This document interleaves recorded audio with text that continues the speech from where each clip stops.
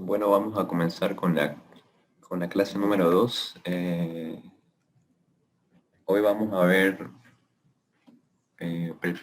la primera modificación que se le hace al ciclo de compresión estándar.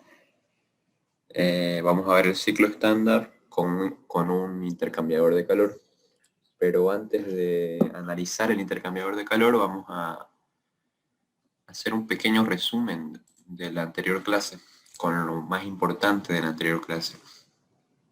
En la anterior clase analizamos el ciclo inverso de Carnot. Es aquí donde inicia el estudio de refrigeración. Dijimos que lo que hace el ciclo inverso de Carnot es absorber calor de un foco frío y cederlo a un foco caliente. El ciclo de Carnot inverso está compuesto por cuatro componentes: un compresor, dos intercambiadores de calor y una turbina. Los procesos de este ciclo son una compresión adiabática reversible, una cesión de calor reversible, una expansión adiabática en la turbina generando trabajo mecánico que es suministrado al compresor en teoría, y la adición de calor a través del evaporador. Es aquí donde se produce la refrigeración, en el evaporador. El único efecto útil, el único efecto práctico que buscamos se produce en el evaporador. Es ahí donde se absorbe el calor de un foco frío, en este caso de un espacio refrigerado. Este era un diagrama temperatura-entropía de este ciclo. El punto 1 es una mezcla, ingresa al compresor una mezcla, sale un vapor saturado seco, ingresa al condensador, se condensa, sale líquido saturado seco, se expande en la turbina, sale una mezcla nuevamente, que ingresa al evaporador, absorbe el calor y se repite el ciclo.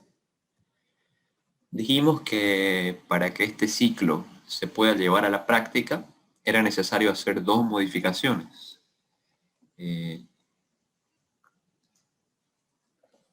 La primera era que la compresión no debía ser húmeda, es decir, el refrigerante no debería entrar al compresor como mezcla, debería entrar como vapor saturado seco o como vapor recalentado.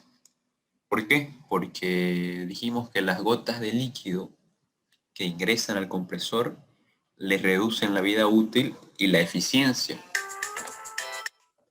Arrastran el lubricante en el compresor, acelerando el desgaste, o pueden dañar las válvulas de admisión y de escape. Es por eso que se prefería la compresión seca. Y la segunda modificación era el cambio de la turbina por una válvula de expansión, porque el trabajo que puede generar esta turbina es una pequeña parte de lo que necesita el compresor, y entonces, para efectos prácticos, no justificaba el costo y el peso que significaba una turbina en el ciclo, además de los inconvenientes de que ésta funcione en estado de mezcla.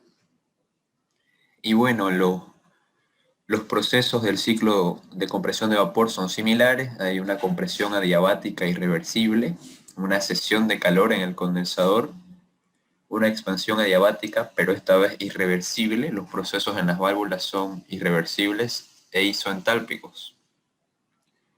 Y en el evaporador la adición de calor, que aquí se produce la refrigeración. Es el único efecto útil del ciclo.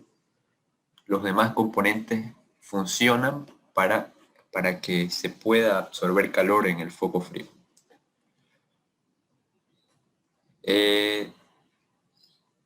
Dijimos que íbamos a utilizar un diagrama presión-entalpía,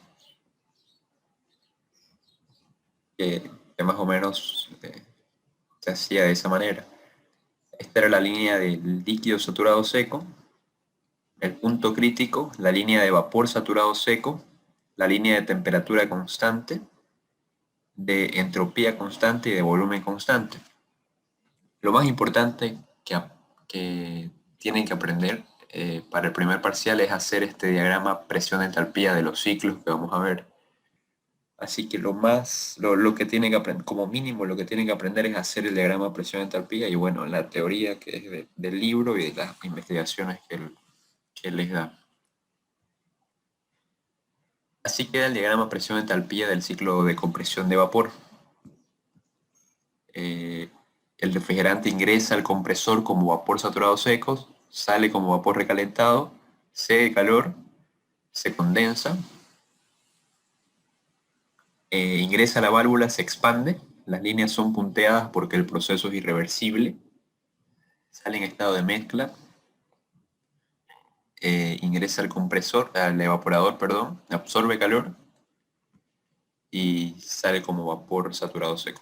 Haciendo un resumen de los componentes, el compresor lo que hace es aumentar la presión, asumimos que la entropía se mantiene constante, consume energía y el refrigerante ingresa a él como vapor saturado seco o vapor recalentado y sale como vapor recalentado. El condensador es un intercambiador de calor, se considera isobárico, lo consideramos isobárico. Sí existe caída de presión en realidad, pero es una pequeña caída de presión que la despreciamos para efectos prácticos.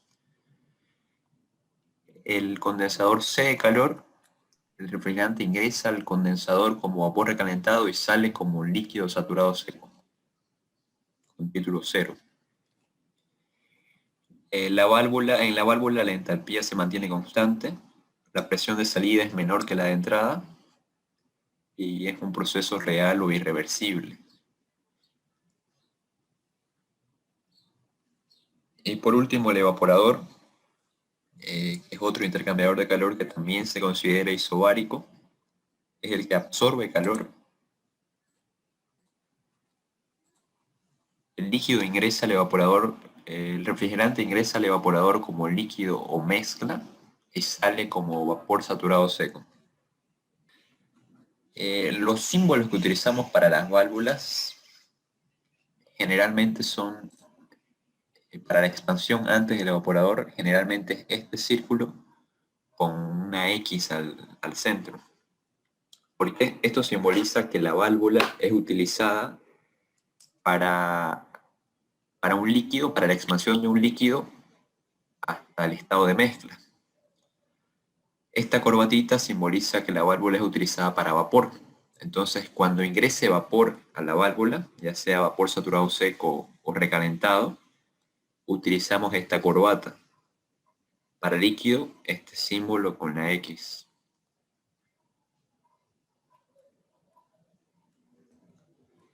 Y algunos de los conceptos más importantes que vimos en la anterior clase es el de efecto refrigerante, que es la cantidad de calor absorbido en el evaporador por unidad de masa.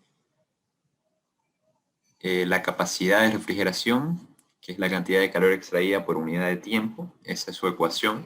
Vimos esta equivalencia de unidades para convertir toneladas de refrigeración a kilocalorías por minuto. El trabajo, que es la cantidad de energía que se le debe suministrar al compresor para que se eleve la presión del refrigerante. La potencia, que es energía suministrada al compresor por unidad de tiempo. Y el coeficiente de operación, que es el cociente del efecto refrigerante por el trabajo de compresión. El coeficiente de operación indica la efectividad del sistema, es decir, el calor que se logró extraer sobre el gasto de energía. Estas eran las tres ecuaciones que les mostré para coeficiente de operación. Generalmente la que se usa es la del medio, porque en algunos ciclos el flujo másico que circula por el evaporador y por el compresor no son los mismos. Por eso es que se considera el flujo másico que circula por el evaporador y por el compresor para calcular este coeficiente.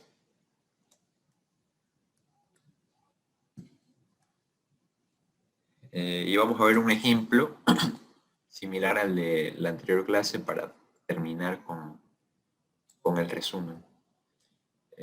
Dice lo siguiente: en un sistema de refrigeración con freón 12 se tiene una unidad de evaporación de 0,85 toneladas de capacidad en el evaporador, la temperatura de diseño es de -13, la temperatura ambiente es de 28, nos pide determinar la cantidad de refrigerante que circula por el sistema, el trabajo de compresión y el coeficiente de operación. Esos son los datos que nos da el enunciado. La temperatura de diseño es de -13, el ambiente es de 28 y la capacidad es de 0,85 toneladas. Lo primero que tenemos que hacer es calcular la temperatura del evaporador y la temperatura del compresor, porque la temperatura de diseño y el ambiente no nos sirven para hacer cálculos. Entonces determinamos la temperatura del evaporador con la ecuación que les di en la anterior clase. La temperatura del evaporador va a ser igual a la de diseño menos 10 grados centígrados. Entonces queda en menos 23 grados centígrados. Y la temperatura de condensación va a ser igual al ambiente más 10 grados centígrados. Entonces sería igual a 38 grados centígrados. Para el estado 1 utilizamos la temperatura baja del sistema. Sabemos que el refrigerante sale del evaporador como vapor saturado seco. Con eso entramos a la tabla, ubicamos la temperatura y leemos la entalpía del vapor saturado seco. Sería igual a 42,33. También vamos a leer el valor de la entropía porque en este estado el refrigerante ingresa al compresor, entonces el valor de la entropía se va a mantener constante en el estado 2. La presión para esa temperatura es igual a 1,35. Esa sería la presión baja del sistema, 1,35. Recordemos que la presión baja es la comprendida entre la salida de la válvula de expansión y la admisión del compresor. El estado 3 es líquido saturado seco a la presión alta del sistema o a la temperatura alta del sistema, en este caso, que es la que tenemos. Entonces utilizamos la temperatura ambiente, que es la temperatura de condensación, perdón, que es de 38 grados centígrados. El título es 0, es un líquido saturado seco, el que sale del condensador. Entonces ubicamos la temperatura y leemos la entalpía del líquido saturado seco. Es igual a 17,28 kilocalorías por kilogramo. Y también el dato de la presión. Esa sería la presión alta del sistema. La presión alta del sistema es la que está comprendida entre la salida del compresor y la admisión de la válvula de expansión. El estado 4 está a la presión baja y es la salida de la válvula. Recordemos que los procesos en las válvulas son isoentálpicos, por lo tanto la entalpía se va a mantener constante.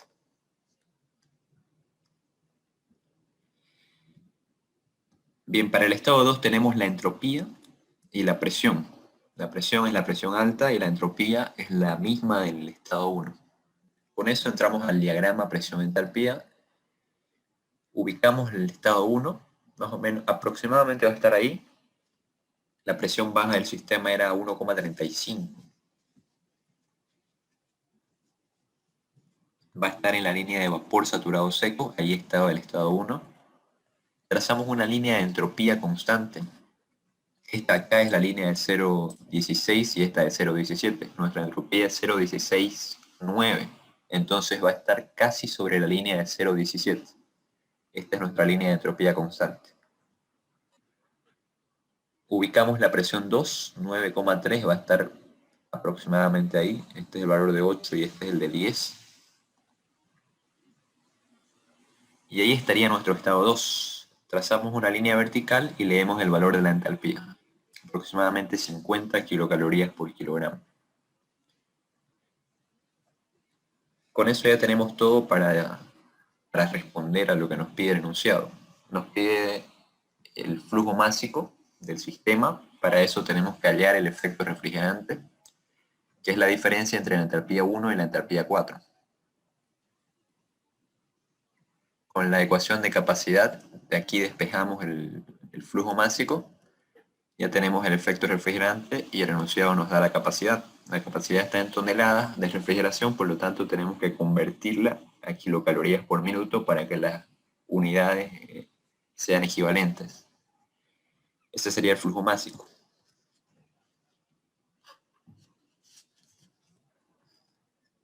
El trabajo de compresión es la diferencia entre la entalpía 1 y la entalpía 2. Es negativo porque el sistema consume trabajo. Y por último, el coeficiente de operación, que es el cociente entre el efecto refrigerante y el valor absoluto del trabajo de compresión. Ese sería el coeficiente de operación para este ejercicio, 3,26. Antes de empezar con los intercambiadores de calor, no sé si tienen alguna duda, o si fui muy rápido tal vez. Es que como ya lo habíamos visto en la anterior clase, no entré en tanto detalle. Un poco rápido, disculpa, es que yo no asistí a la anterior clase y algo que no vi bien. No sé si lo puedes atrasar un poquito. Claro. ¿En qué parte más o menos? No sé si era del efecto refrigerante o creo que era esa parte. Ah, ok. La anterior clase hicimos un balance de energía de todos los componentes. Llegamos a la conclusión de que el balance de energía para el condensador era la diferencia entre su entalpía de salida y su entalpía de entrada. Es decir, el calor intercambiado en el evaporador era la diferencia entre la entalpía de salida y la de entrada. Y eso era equivalente al efecto refrigerante, porque dijimos que donde se absorbe calor es en el evaporador. Entonces, ahí es donde se produce el efecto de la refrigeración. Y al hacer el balance de energía, llegamos a esto, a que esa absorción de calor es igual a la entalpía de salida menos la de entrada, que sería igual a la entalpía 1 menos la 4. Lo mismo para el trabajo de compresión. Hicimos el balance de energía para ese componente, que es el compresor, y llegamos a la conclusión de que el trabajo de compresión era igual a la entalpía de entrada menos la entalpía de salida. Sería bueno que vean la grabación de ese balance para entenderlo un poco mejor. Pero en resumen, a eso fue lo que llegamos, haciendo un balance con la primera ley para cada componente. Llegamos a que el trabajo de compresión era igual a la entalpía de entrada menos la de salida.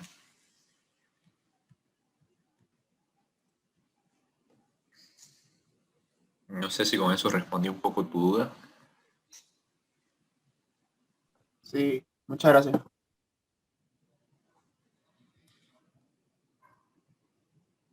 Bueno, continuamos con intercambiadores de calor entonces. Haciendo una pequeña clasificación de los intercambiadores de calor, que los van a estudiar en detalle en operaciones unitarias. Vamos a analizar dos tipos, los intercambiadores de calor de contacto, que en estos los fluidos se mezclan para intercambiar calor. Existe alta transferencia de calor porque los fluidos entran en contacto directo. Su construcción es simple o de bajo costo y la presión en ambos fluidos debe ser igual para que puedan mezclarse. Si la presión es distinta, los fluidos no van a mezclarse y no van a intercambiar calor, o sea, no van a intercambiar eficientemente calor.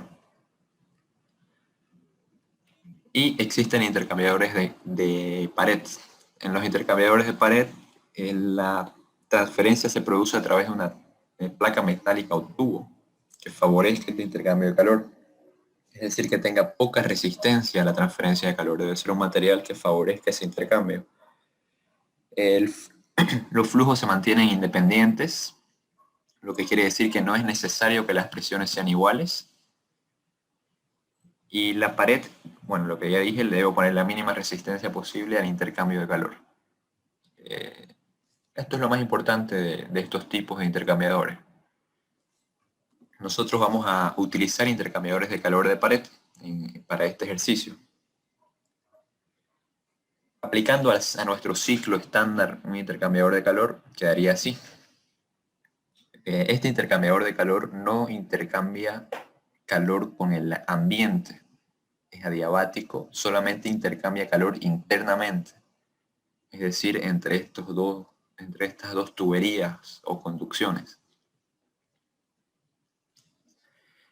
Lo que hace este intercambiador es, bueno, vamos a ver si mejora la eficiencia del sistema.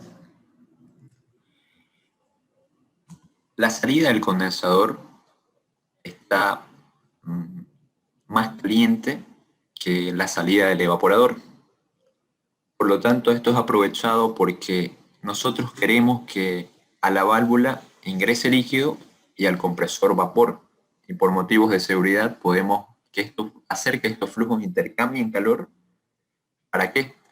Para que este líquido saturado seco absorba calor, ceda calor, es decir, se enfríe un poco más, y el evaporador absorbe, en la salida del evaporador, que es vapor saturado seco, absorba un poco más de calor y se recaliente. Entonces, eso es lo que pasa. La salida del condensador se mezcla, no se mezcla, intercambia calor con la salida del evaporador y el líquido saturado seco se convierte en un líquido subenfriado. El vapor saturado seco se convierte en un líquido recalentado. Siempre que haya transferencia de calor en alguna parte del ciclo, tienen que simbolizarla con una línea, bueno, pueden hacerla de otro color, pero tienen que ser una línea con una flecha que indique el flujo de calor. En este caso es para la izquierda y en el segundo caso es para la derecha. Entonces, en resumen, el líquido saturado seco que sale del condensador se enfría y el vapor saturado seco que sale del evaporador se recalienta. Y los demás procesos ya los conocen. Entonces, analizando lo que sucede, el refrigerante va a ingresar recalentado al compresor, se comprime, se recalienta aún más, cede calor, sale como vapor, como líquido saturado seco, se enfría hasta líquido subenfriado, ingresa a la válvula, se expande, y si podemos ver, eh, se ve que el efecto refrigerante va a mejorar. ¿Por qué? Porque va a ingresar más líquido al evaporador. Si la expansión fuera desde líquido saturado seco, ingresaría en este punto aproximadamente. Aquí hay un gráfico. Si la expansión fuera en líquido saturado seco, el refrigerante ingresaría al evaporador en este punto de mezcla. Pero como el refrigerante entró a la válvula como líquido subenfriado, se expande y el estado de mezcla está un poco más a la izquierda, entonces hay más líquido que vapor en la mezcla, comparándolo con el posible estado 5, si la expansión fuera desde líquido saturado seco. Entonces, esta diferencia hace que el efecto refrigerante aumente porque hay más líquido capaz de cambiar de fase y absorber calor. Pero, bueno, con eso nosotros diríamos que el coeficiente de operación mejoraría, porque estamos mejorando el efecto refrigerante. Pero también vamos a consumir mayor trabajo mecánico, porque recordemos que para comprimir un vapor recalentado se consume más trabajo que para comprimir un vapor saturado seco.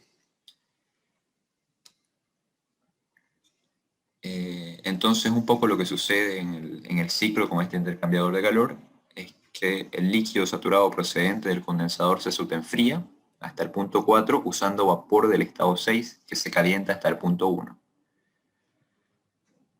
Aumenta el efecto refrigerante porque hay más líquido que ingresa al evaporador que es capaz de cambiar de fase y absorber calor, pero también aumenta el trabajo de compresión porque el vapor ingresa recalentado al compresor. Puede existir una disminución de flujo másico a comparación de un ciclo que llegue al mismo efecto refrigerante. ¿Por qué? Analizando la ecuación de capacidad, vemos que es igual a flujo másico por efecto refrigerante. Si aumenta el efecto refrigerante y queremos mantener la capacidad, tenemos que bajar el flujo másico. Y eso puede ser conveniente porque el sistema puede ser más pequeño.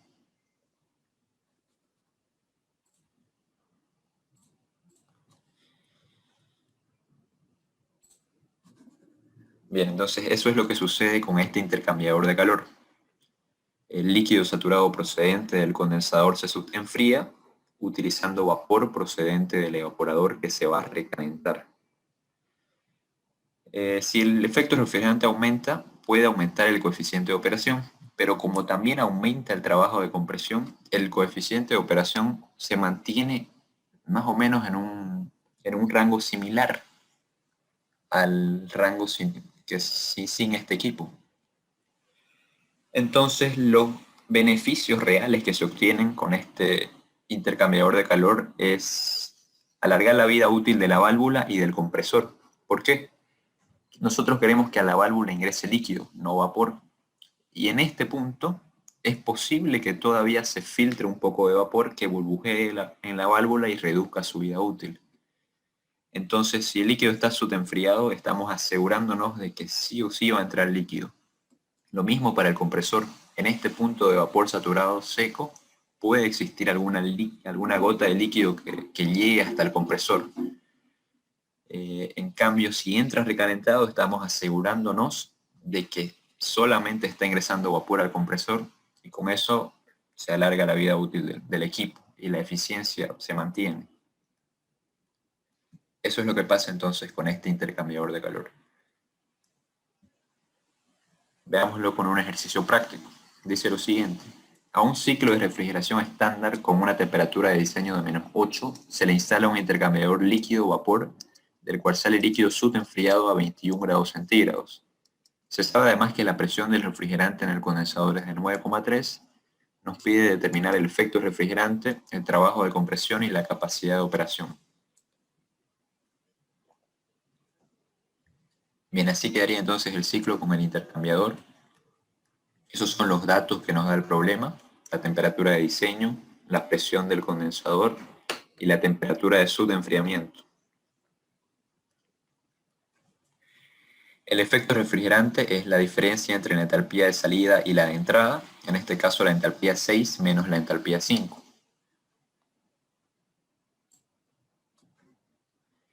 El trabajo de compresión es la diferencia entre la entalpía de entrada y la de salida. Y bien, lo primero que hacemos es determinar la temperatura del evaporador, que es igual a la temperatura de diseño menos 10 grados centígrados.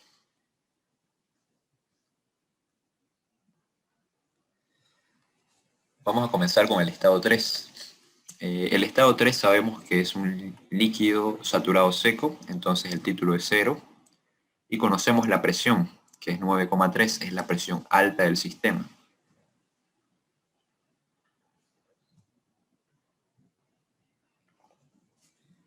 Ubicamos la presión en la tabla de freón saturado, la presión de 9,3, y leemos el valor de la entalpía del líquido saturado seco, es 17,28.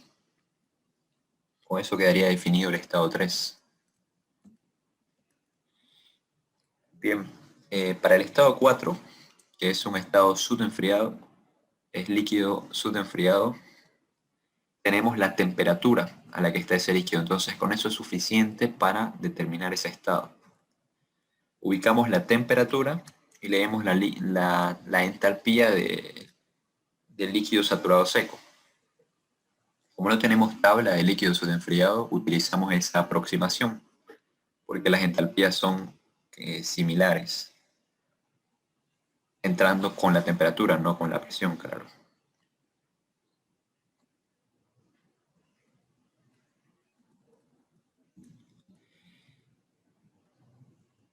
El estado 5 es la salida de la válvula, entonces la entalpía se va a mantener constante.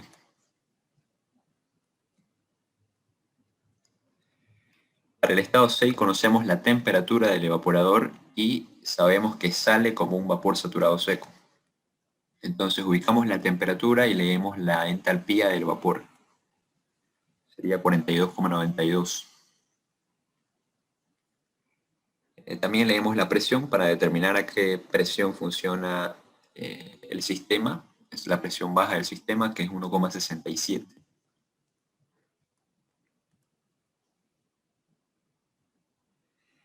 Bien, para determinar el estado 1 vamos a necesitar hacer un análisis de lo que pasa en el intercambiador, porque no tenemos nada para saber cómo queda ese líquido, ese vapor recalentado. Entonces hacemos un análisis con la primera ley. Recordemos que la primera ley era calor menos trabajo, el calor intercambiado menos el trabajo, igual a la diferencia de entalpías. Vamos a omitir eh, los cambios de energía cinética y potencial. Les decía que este intercambiador de calor, si nosotros ubicamos nuestra frontera en esta línea, es decir, en la pared que lo separa del medio ambiente, no intercambia calor, porque no intercambia calor con el medio ambiente, el intercambio de calor es interno. Por eso es que podemos decir que el calor se va a mantener constante. Es adiabático con el medio ambiente. No hay ese intercambio de calor con el ambiente. Y bueno, por supuesto no hay trabajo mecánico. Entonces la entalpía de entrada va a ser igual a la entalpía de salida. Este intercambiador tiene dos entradas y dos salidas. Las entradas son el estado 3 y 6 y las salidas son el estado 4 y 1. Entonces las entalpías de entrada serían la entalpía 3 más la entalpía 6 y las entalpías de salida serían la entalpía 4 más la entalpía 1. Nosotros ya conocemos la entalpía 3, la 6 y la 4. De aquí podemos despejar la entalpía 1, que sería nuestra incógnita. Es lo que hacemos. Despejamos y reemplazamos los datos y con eso ya determinamos la entalpía 1, que es la entalpía del vapor recalentado. Es igual a 46,84. Ya tenemos la entalpía y ahora podemos determinar la entropía o podemos entrar directamente con el valor de la entalpía al diagrama presión-entalpía para determinar el estado 2. Pero en este caso vamos a determinar el valor de la entropía. Vamos a la tabla de freón recalentado, ubicamos la presión. La presión del estado 1 era de 1,67, es la presión baja del sistema. Entonces va a estar entre el valor de 1,41 y 2,11. Vamos a tener que hacer una interpolación doble. Comenzamos con la presión de 1,41. Ubicamos el valor de la entalpía. Va a estar entre el valor de 46,23 y 47,04 con sus respectivas entropías. Y bueno, nuestro valor de entalpía es 46,84. Con eso interpolamos, como ya saben, en la calculadora. Y el valor para esa presión de la entropía para esa entalpía es de 0,186. Hacemos lo mismo con la presión de 2,11.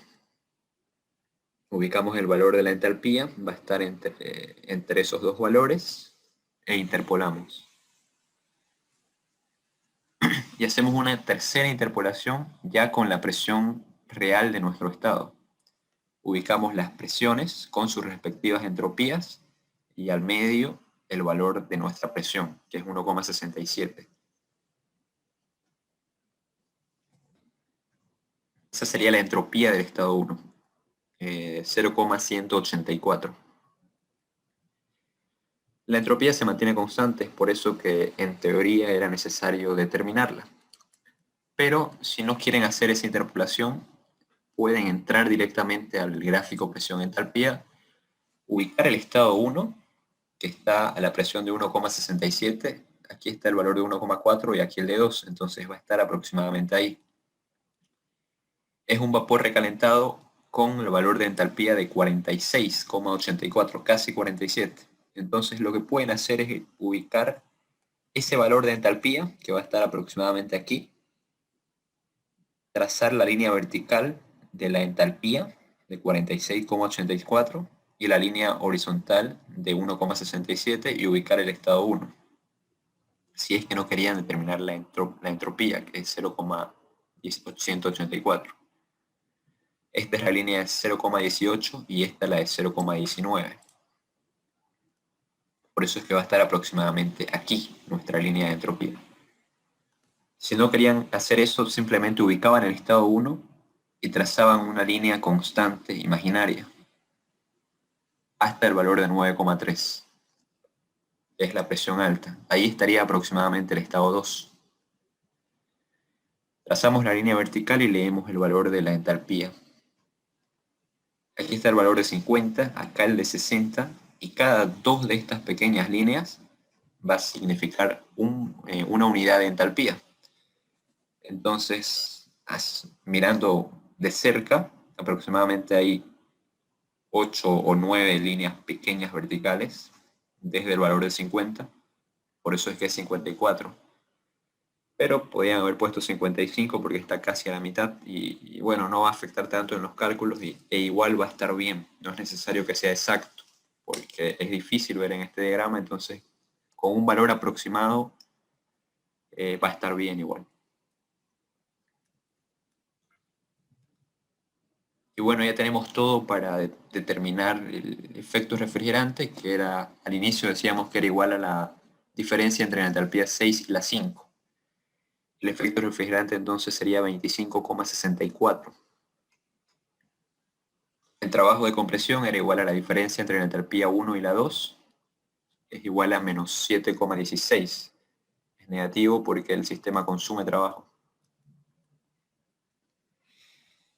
Eh, y por último, el coeficiente de operación, que es el cociente entre el efecto refrigerante y el trabajo, el valor absoluto del trabajo de compresión. Bien, continuemos. Ya estamos en lo último.